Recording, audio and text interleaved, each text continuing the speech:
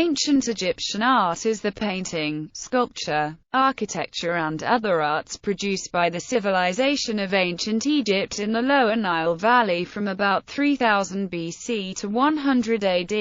Ancient Egyptian art reached a high level in painting and sculpture, and was both highly stylized and symbolic. Much of the surviving art comes from tombs and monuments, and thus there is an emphasis on life after death and the preservation of knowledge of the past. Ancient Egyptian art was created using media ranging from drawings on papyrus through wood, stone, and paintings. Ancient Egyptian art displays an extraordinarily vivid representation of the ancient Egyptians' socio-economic status and belief systems. Egyptian styles changed remarkably little over more than 3,000 years. Periods: Prehistoric, Early Dynastic, Old Kingdom, Middle Kingdom, New Kingdom, including the Amarna period, Third Intermediate period, First Persian period, Late period and Second Persian period, Ptolemaic Kingdom, Roman Egypt.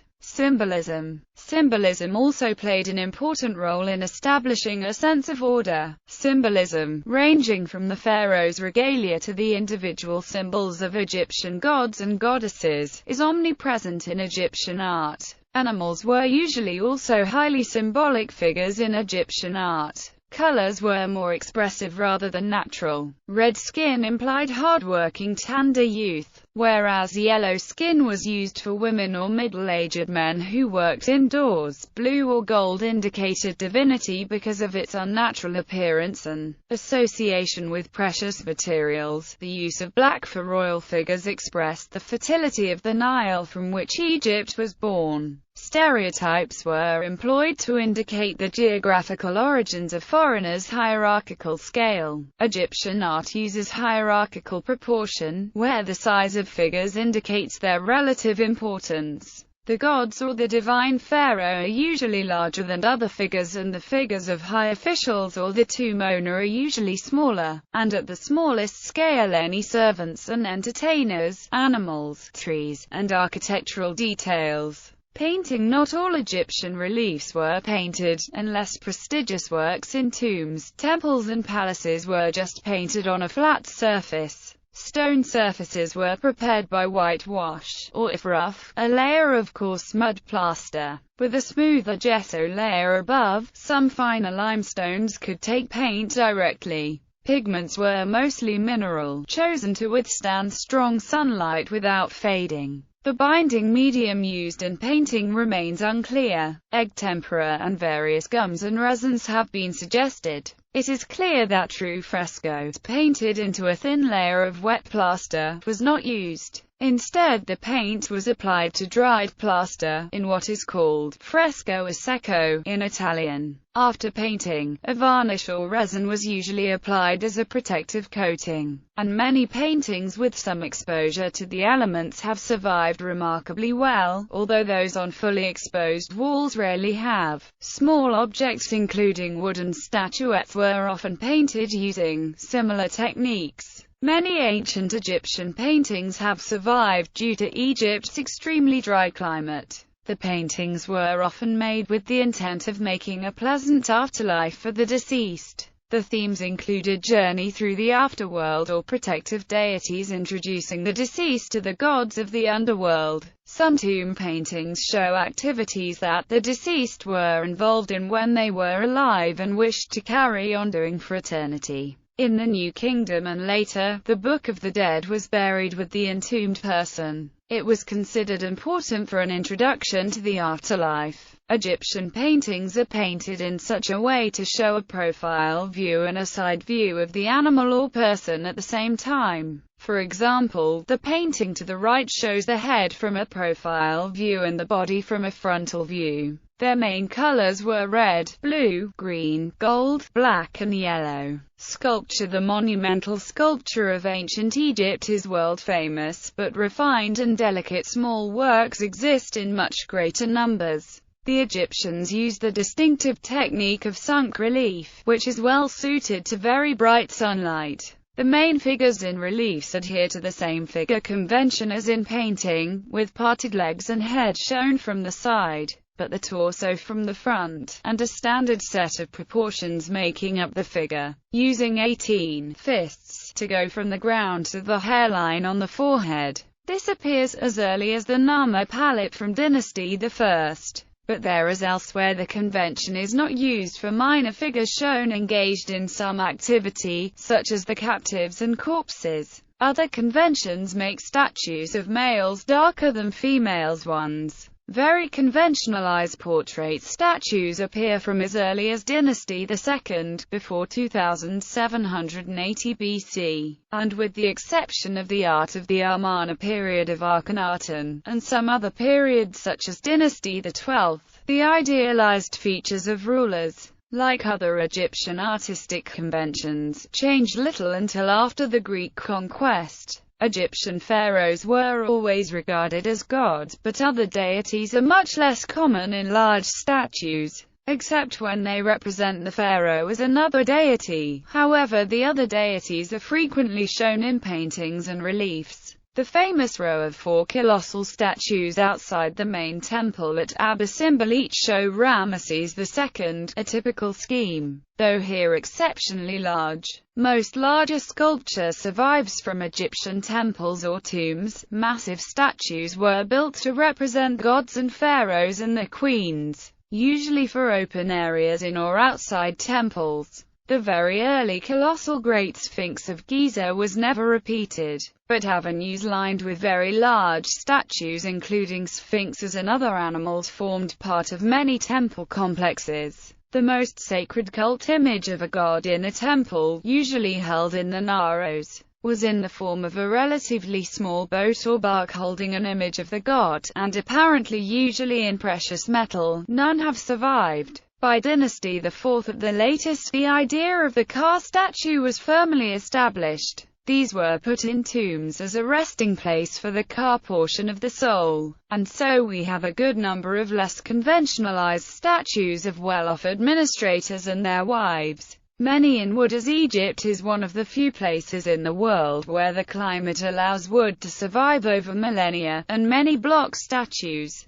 The so-called reserve heads, plain hairless heads, are especially naturalistic, though the extent to which there was real portraiture in ancient Egypt is still debated. Early tombs also contained small models of the slaves, animals, buildings and objects such as boats necessary for the deceased to continue his lifestyle in the afterworld, and later Ushata figures. However, the great majority of wooden sculpture has been lost to decay, or probably used as fuel. Small figures of deities, or their animal personifications, are very common, and found in popular materials such as pottery. There were also large numbers of small carved objects, from figures of the gods to toys and carved utensils. Alabaster was often used for expensive versions of these. Painted wood was the most common material, and normal for the small models of animals, slaves and possessions placed in tombs to provide for the afterlife. Very strict conventions were followed while crafting statues, and specific rules governed the appearance of every Egyptian god. For example, the sky god was essentially to be represented with a falcon's head. The god of funeral rites was to be always shown with a jackal's head. Artistic works were ranked according to their compliance with these conventions, and the conventions were followed so strictly that, over 3,000 years, the appearance of statues changed very little. These conventions were intended to convey the timeless and non-aging quality of the figure's Ka. Facsimile of the Nama palette, 3100 BC, which already shows the canonical Egyptian profile view and proportions of the figure. Menkora and Queen, Old Kingdom, Dynasty IV, 2490 2472 BC. The formality of the pose is reduced by the queen's arm round her husband. Wooden tomb models, Dynasty She, a high administrator counts his cattle. The gold mask of Tutankhamun. Late 18th dynasty, Egyptian Museum. The Younger Memnon c. 1250 BC, British Museum. Osiris on a lapis lazuli pillar in the middle, flanked by Horus on the left, and Isis on the right. 22nd Dynasty, Louvre. The Ka statue provided a physical place for the Ka to manifest. Egyptian Museum, Cairo. Block statue of Pa-Ankh-Ra, shipmaster, bearing a statue of Ptah. Late period, California. 650–633 BC, Cabinet des Médailles, faience, pottery, and glass. Egyptian faience, made from sand and chemicals, produced relatively cheap and very attractive small objects in a variety of colors, and was used for a variety of types of objects including jewelry. Ancient Egyptian glass goes back to very early Egyptian history, but was at first very much a luxury material. In later periods it became common, and highly decorated small jars for perfume and other liquids are often found as grave goods. Ancient Egyptians used steatite and carved small pieces of vases, amulets, images of deities, of animals and several other objects. Ancient Egyptian artists also discovered the art of covering pottery with enamel. Covering by enamel was also applied to some stoneworks. The color blue, first used in the very expensive imported stone lapis lazuli, was highly regarded by ancient Egypt,